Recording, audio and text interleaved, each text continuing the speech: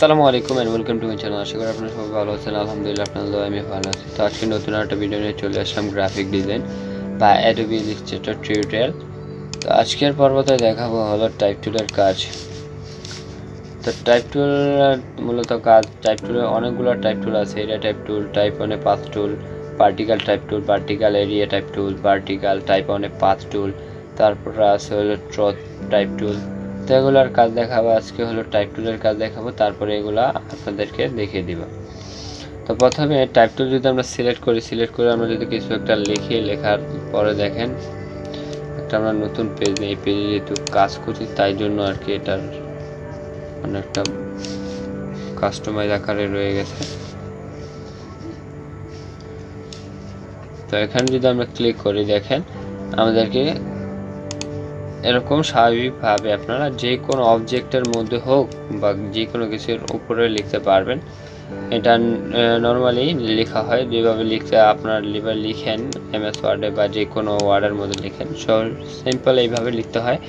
লেখার পরে আপনারা এটার মধ্যে একটা ড্যাশবোর্ড পেয়ে যাবেন, প্রপার্টি।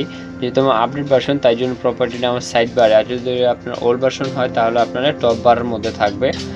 যেমন যে কোনো আপনার নেবেন, টুল নেবেন, টুলের অনুযায়ী আপনার টুলের মধ্যে কাজ করলেই আপনার এই ইয়াগুলো চেঞ্জ হয়ে যাবে। যেমন আমি এটা নিয়েছি, এই যে শেপটা নিয়েছি, শেপের অনুযায়ী আমাদের কাজগুলো হয়ে গেছে। তো শেপগুলো ডিলিট করে দেবো, কাজটাও চলে যাবে। তো আপনারা যদি আবার টাইপ টুলের মধ্যে আমরা ক্লিক করি, এই টাইপ টুলটার মধ্যে এটার মধ্যে লেখার মধ্যে ক্লিক করে, তো এগুলা ভিজিবল হয়ে গেছে।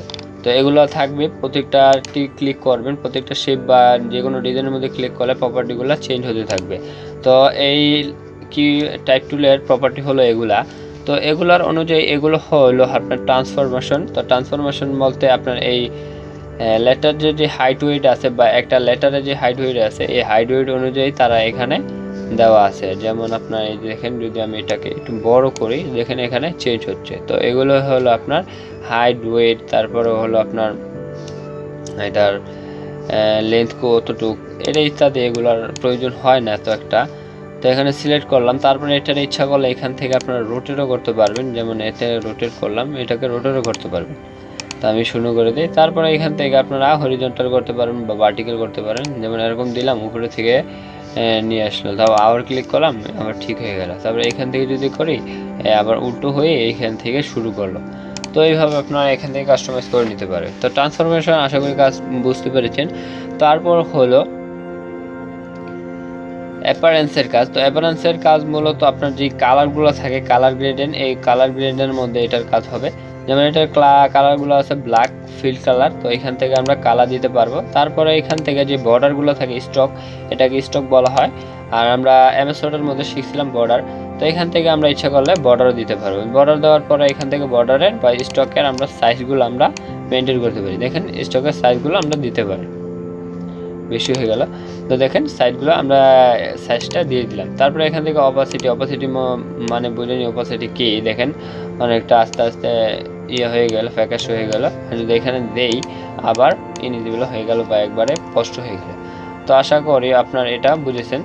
তারপরে হলো যে এই ফন্টগুলোকে আমরা চেঞ্জ করতে পারি। তো ফন্টগুলোকে চেঞ্জ করবো কীভাবে, লেখার পরও চেঞ্জ করতে পারবেন বা এখান থেকে আগে সিলেক্ট করে নিতে পারবেন, জেটাস্টারের মধ্যে আগেই সিলেক্ট করে নিতে পারবেন। তো আমি যেহেতু সিলেক্ট করি নাই, লেখার পরে আমরা সিলেক্ট করব। তো লেখার পরে আমরা এখান থেকে এসে খালি এখানে ক্লিক করব, তো আমাদের ইয়াটা হয়ে যাবে। তো আমরা স্টকটাকে অফ করে নিই। আর স্টকের আরেকটা জিনিস দেখেন, স্টকের এখানে ক্লিক করলে অনেকগুলো আর কি অপশন চলে আসে। যেমন আপনার শেপ নিলে বা এভাবে হয়, শেপ নিলে শেপের অনুযায়ী হবে স্টকের সাথে পরে কথা বলবো, স্টক ফিল এগুলোর সাথে পরে কথা বলবো। তো টাইপ টুলের মূলত আজকে শিখিয়ে দিই। তো এখান থেকে আপনারা ফন্টগুলোকে চেঞ্জ করতে পারবেন। যেমন ফন্টগুলোকে চেঞ্জ করলাম আমরা। তারপরে এখানে রেগুলার জায়গায় অনেকগুলো অপশন থাকবে যদি আপনার হয়। যেমন এই অপশনটাকে নিলে এখানে অনেকগুলো অপশন আছে, বোল্ড আছে, স্মুথ আছে, রেগুলার আছে, লাইট আছে। তো এগুলো আর কি অপশন থাকে আপনার এই ফন্টের অনুযায়ী, স্টাইল অনুযায়ী। তারপর আছে হলো আপনার এটা হলো সাইজ। আপনার ইচ্ছা করলে এই ফন্টের সাইজগুলোকে চেঞ্জ করতে পারবেন। যেমন 120 দিই, 20 দিয়ে যদি আমরা এন্টার করি হয়ে যাবে। তারপরে আপনারা এই যে এটা হলো একটা এটাকে একটা স্পেস দিয়ে আপনাদের বলি। তো যেহেতু এখানে স্পেস আছে, দেখেন এই জায়গাটার মধ্যে অনেকগুলো স্পেস আছে, তো আমরা এই স্পেসটাকে আমরা কমাবো, স্পেসটাকে কমিয়ে এই নিচের লেখাটাকে একটু উপরে তুলবো। তো এখান থেকে আমরা কি করতে পারি, এখান থেকে এসে দেখেন দেখেন অনেকগুলো আসে। তো আমাদের দিতে হবে 90-90 মতো। তো 90 যদি দেই, দেখি 90 দিয়ে এন্টার ক্লিক করলাম, তো দেখেন অনেকটা উপরে উঠে গেলে কিন্তু। তো এইভাবে দিয়ে আপনারা কাজ করতে পারেন যদি আপনাদের এই ইয়াটা প্রয়োজন হয়।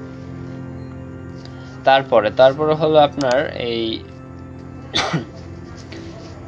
একটা লেটার লিখলেন, একটা লেটার লেখার পরে যে অংশটুকু থাকে, যেমন এই লেটার আমি লিখি, কেটে দিই, LO লিখলাম, LO লিখে এটাকে বড় করব এখন। তো বড় করার পরে যে ফাঁকা অংশটুকু আছে, তো এটাকে এটার সাথে মিলে দিতে পারবেন। তো মিলানোর জন্য কি করতে পারেন, এটাকে আপনার এখান থেকে আপনারা দিতে হবে। তো দেখেন এখানে কিন্তু ইনভিজিবল।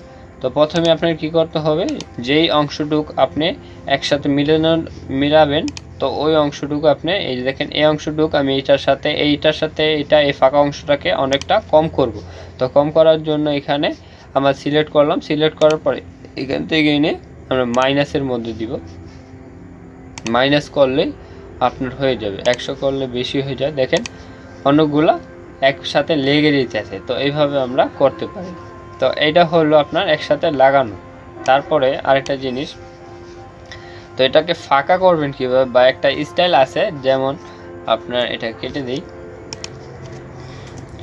তো যেমন দেখাই এই জিনিসগুলো অনেক সাথে লাগানো, একটা যদি স্টাইলের মতো করতে বা একটু ফাঁকা করতে চাই, তো আমরা কি করতে পারি, এই যে এটা দিয়ে তো লাগানো হয়, কিন্তু এটা দিয়ে ফাঁকা করা হয়। এই যে এটার নাম হলো সেট দি কার্নিং বিটুইন টু। তো এটা হলো টার্কিং সিলেক্ট করে তো এখান থেকে আমরা ইচ্ছা করলে এখান থেকে এগুলো দিতে পারি, বা ইচ্ছা করলে আমরা এখানে লিখও দিতে পারি।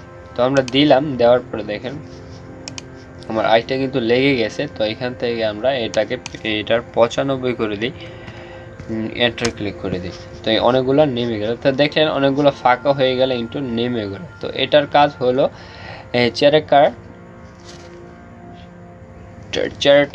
চ্যারেটারের সবগুলো আপনারা দেখতে পারলেন। তারপর হলো প্রেগ্রাফের তো আশা করি আপনার বোঝানোর কোনো কথা না, আপনারা ইচ্ছা করলে আপনারাই জানেন কিভাবে এটার প্রেগ্রাফের কাজ করা হয়। তারপরে আমাদের কাজ হলো এই বোল্ডের কাজ করার কোনো দেখানোর কোনো ইয়া নেই, আশা করি বুঝবেন। এগুলো হলো আপনার MS ওয়ার্ডের মধ্যে যারা আমার ক্লাস করছে বা জানে MS ওয়ার্ড, তো তারাই জানে এগুলার কাজ কি। আর অ্যালাইন্টের কাজগুলো হলো আপনার যদি আপনার আরেকটা লেখা হয়, যেমন এই লেখাটা আমরা এটা তো এলোমেলো একসাথে বা এক সারিতে আমরা কিভাবে নিয়ে আসতে পারি। তো সারিতে নেওয়ার জন্য দুইটাকে সিলেক্ট করে আমরা কি করতে পারি, এরকম এটার মধ্যে যদি হরিজন্টাল অ্যালাইন লেফটের মধ্যে ক্লিক করি, তো লেফটের সমান হয়ে যাবে। যদি সেন্টার করি সেন্টার হয়ে যাবে, আর যদি আপনার রাইটে করেন রাইট হয়ে যাবে। তো এইভাবে আপনারা করবেন। আর এইগুলো হলো টপে যাবে, মিডল সেন্টারে যাবে, আবার বটমে আসবে। তো এগুলোর কাজ হবে। তো আশা করি আপনার এই টাইপ টুলের সবগুলা কাজ বুঝতে পেরেছেন। আর পরবর্তী ভিডিওগুলোর মধ্যে দেখাবো হলো বাকি টুলেরগুলোর কাজ। আশা করি বুঝতে পেরেছেন। Thank you for watching this video. পরবর্তী ভিডিওগুলো দেখার আমন্ত্রণ রইল।